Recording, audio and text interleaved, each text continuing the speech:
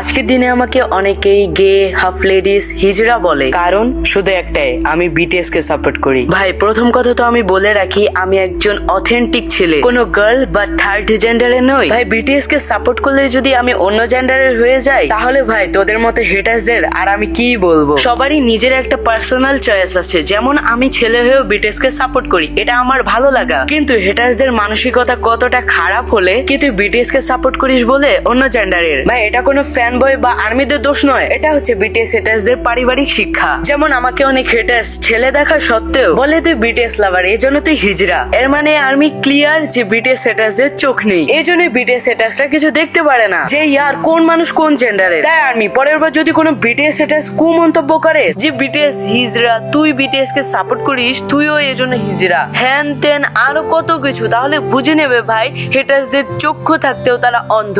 কারণ কোন নর্মাল মানুষ আশা করি এটা বুঝতে পারবে যে কোন মানুষ কোন জেন্ডারের।